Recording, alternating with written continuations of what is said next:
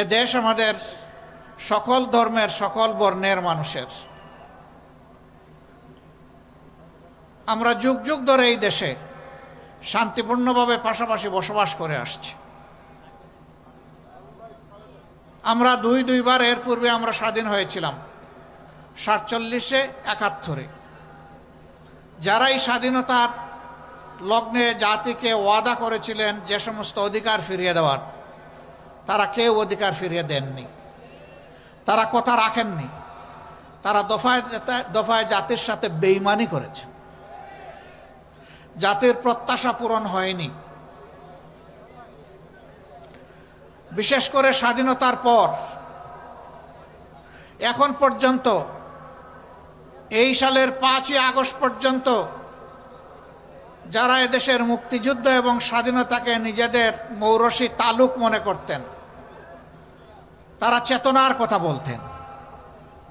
চেতনার কথা বলে বলেই যেই জাতিকে তারা লুণ্ঠন করেছেন, গণহত্যা চালিয়েছেন, তাদের সন্তানেরা আকাম কুকাম করে ধর্ষণের সেঞ্চুরি পালন করেছে। দেশের সম্পদ লুণ্ঠন করে তারা বিদেশে পাচার করেছেন। শুধু তাদের এই গত 15.5 বছরের আমলে যার হিসাব বের হয়ে এসেছে 26 লক্ষ কোটি টাকা, যা বাংলাদেশের বার্ষিক বাজেটের প্রায় 5 গুণ। দেশের সম্পদ শুধু বিদেশে যা পাচার করেছেন, আর দেশে যেখানেই তাদের হাড়িতে হাত ঢুকছে সেখানেই টাকার খনি। এই টাকা এরা পেল কোথায়? আমার একজন সম্মানিত সহকর্মী বলে গেছেন, তৎকালীন প্রধানমন্ত্রীর পিয়নের অ্যাকাউন্টে ছিল 450 কোটি টাকা। পিয়নের যদি এত টাকা হয়, মালিকের কত টাকা? হ্যাঁ, মালিকের টাকাও বের হয়ে আসতেছে। আপনাদের একেবারেই নিকটে রূপপুর পারমাণবিক কেন্দ্র, এখান থেকে মালিকের পরিবার শুধু একটা প্রকল্প থেকে 57,000 কোটি টাকা চুরি করেছে।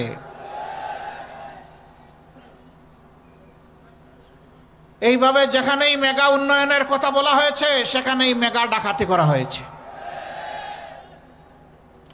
একটা পদ্মা ব্রিজ তৈরি করতে যে পরিমাণ টাকা খরচ হয়েছে, তাই দিয়ে কমপক্ষে 4টা পদ্মা ব্রিজ তৈরি করা যেত। তাহলে বাকি 3টা গেল কোথায়? হিসাব একেবারেই পরিষ্কার।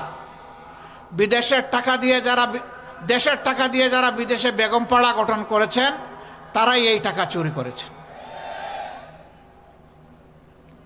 কিন্তু চুরের মার বড় গলা। কুষ্টিয়া অবশ্য এটা বলে না। কুষ্টিয়া কি বলে যে চুরের মার বড় গলা?